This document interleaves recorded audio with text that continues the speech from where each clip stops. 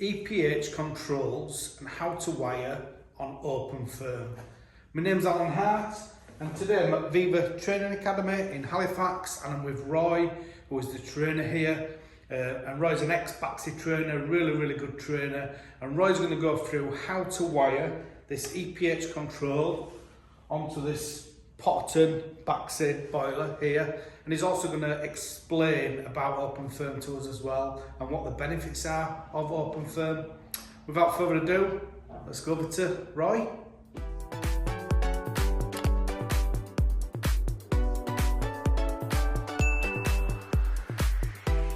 Thanks Alan.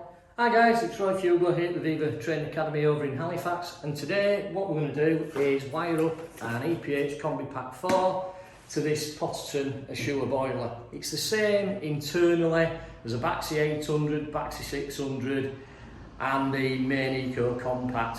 What we're going to do is we're wiring it up OpenTherm. So the idea is give you an explanation of OpenTherm, what's the advantage of wiring it up OpenTherm. Quite a popular control of these.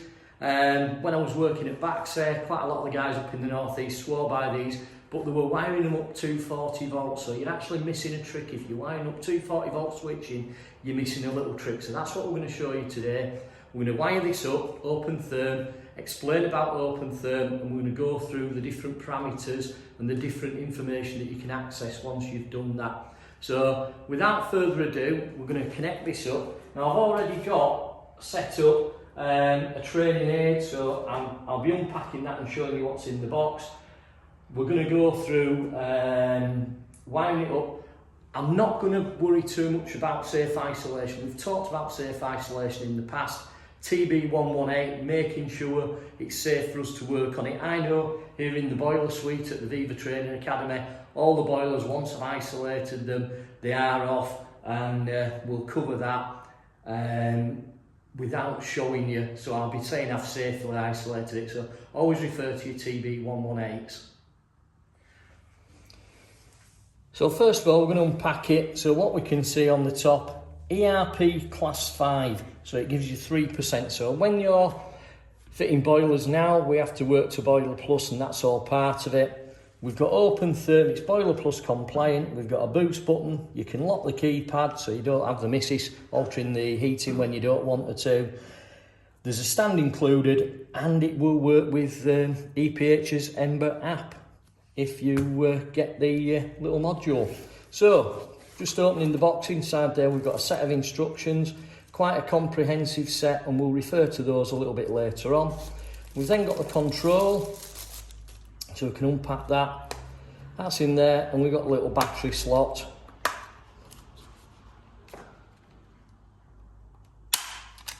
Where we pop the batteries in. Inside there we've got the receiver, which has got the connections inside, which we'll go through fitting the connections.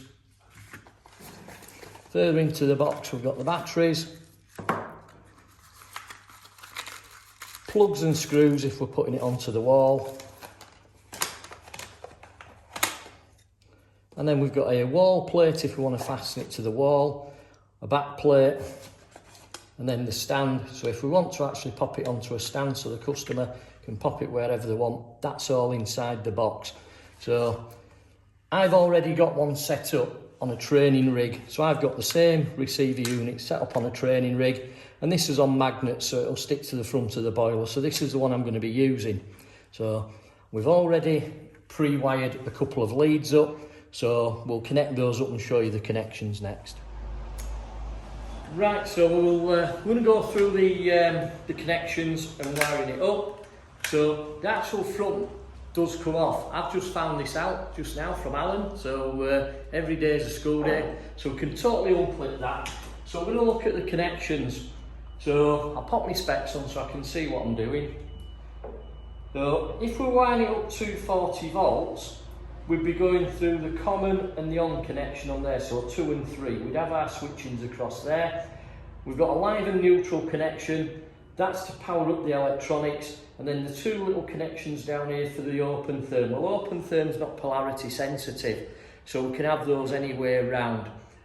So what we're going to do now, we're going to wire this up. I've already got some pre-made little wiring looms, so we're going to connect those up and then we'll show you how it connects onto the boiler and take it from there. Right, so we're going to remove the little cover so we can connect the live and neutral in. The control's actually doubly insulated, so it doesn't need an earth. So all I'm using is some 0.75mm 2-core. So that little cover just pops off once we get the two little screws out. And then there are some breakouts on the side where you can run your wires through, or you can fix them through the back. Now on this little training rig, I've put them through the bottom just so that it makes it a little bit neater. So I'm just going to pop the live and neutral in there, slide those two in. And then I just use some little ferrule connectors just to tidy the wires up. When I'm doing wiring, I tend to use the little bootlace type ferrule connectors just so it makes the wires look a little bit neater and you don't get any little frayed edges. So those two, once we get the neutral in there, and we can tighten that up, the little plastic cover can go back over. But before we do that, we want to get the OpenTherm connections. It's important that we don't put mains voltage into the OpenTherm connections.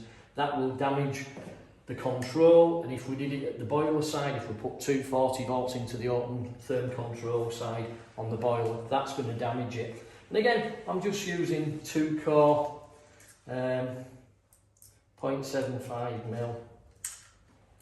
Again, I've just got little connections in there, so just ease the wires up through.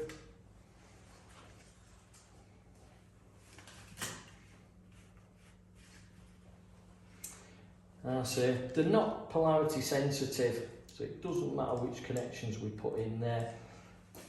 And I'm just using a little neon screwdriver. I wouldn't use a neon screwdriver for checking for electrics and for checking for power, but the blade on it's very good for getting into those two small connections. So once I've got those tightened up, I can tuck the wires out of the way and pop my little cover back over the top and pop the two little screws in there.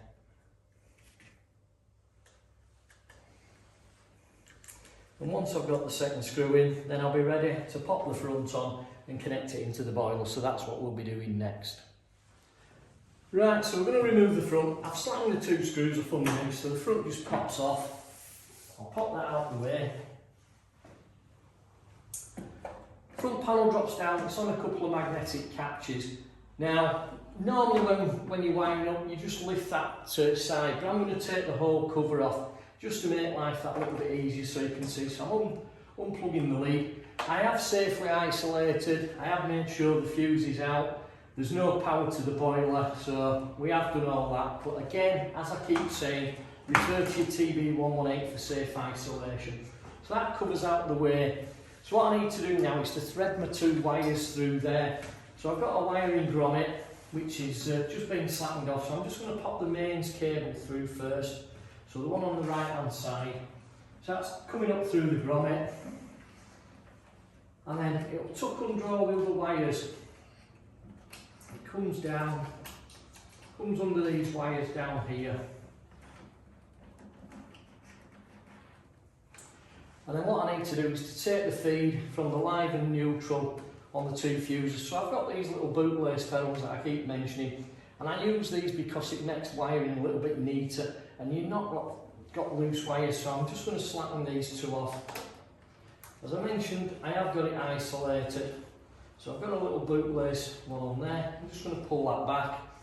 Now, if I was doing this and leaving it in permanently, I'd be using a double connection, a double ferrule connection, which you can get. That way you can put two wires into one connection and it gives it a little bit better, easier to pop your connections in there. But I should be able to feed these two in here now. And we'll just get that one in.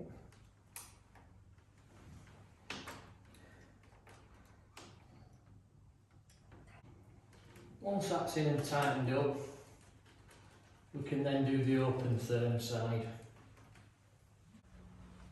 Right, so we'll just tighten the line and the neutral connection.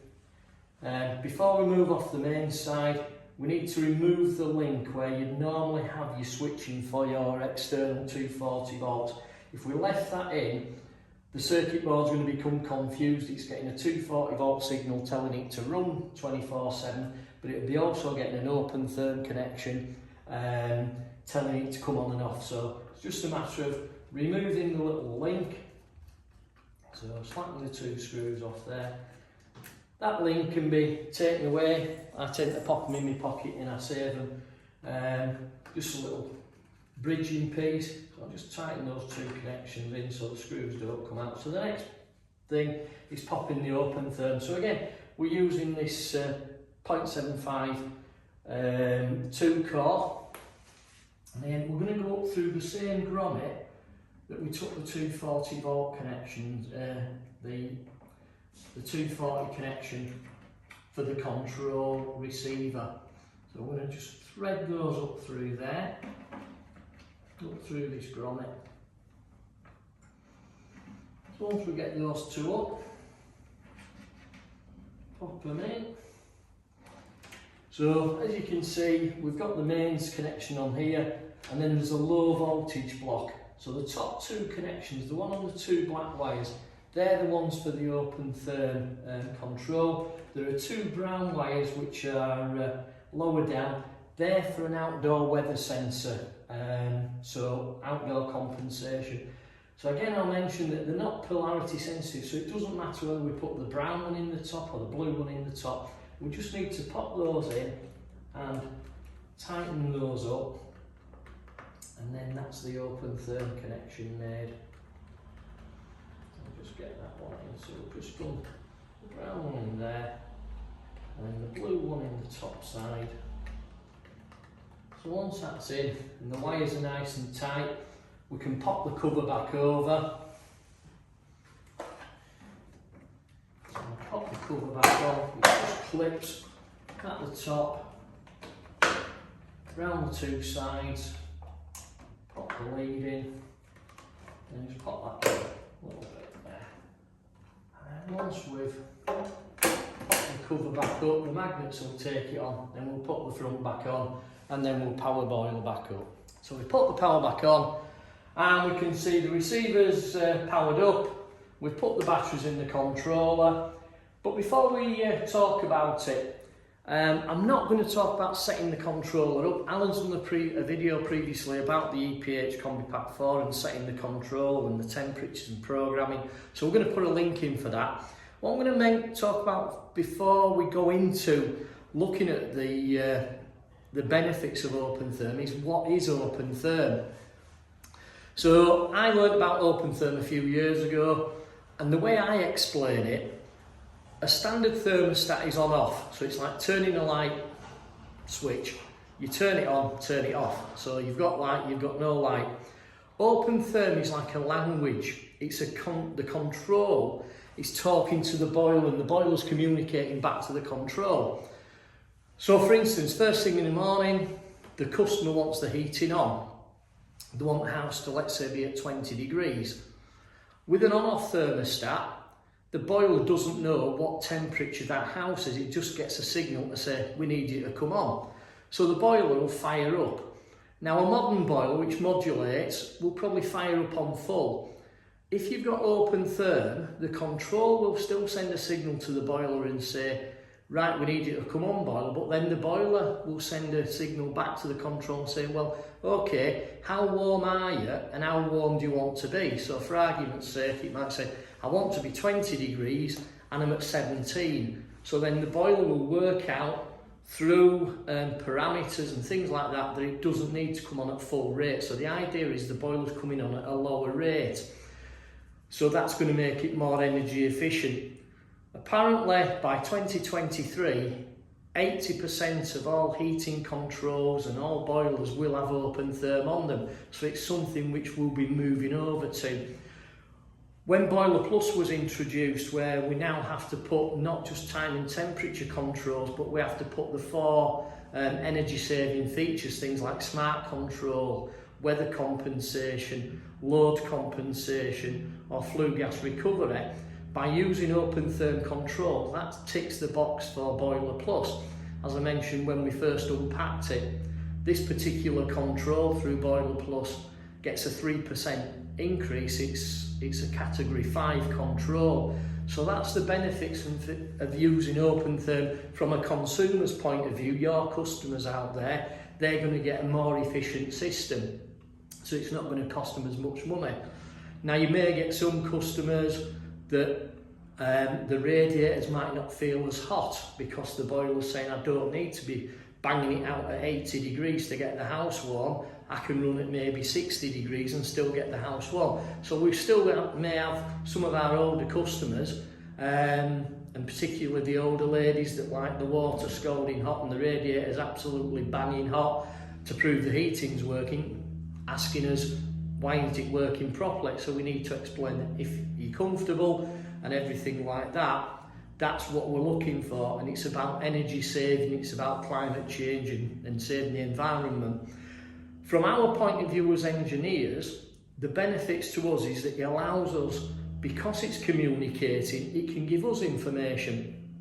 So for instance, on this particular boiler, it's got quite a simplistic screen. That was the design behind it. So we've only got the floor temperature there, with no push buttons, as with some of the other boilers where you can go into parameters and look at return temperatures, floor temperatures, hot water temperatures.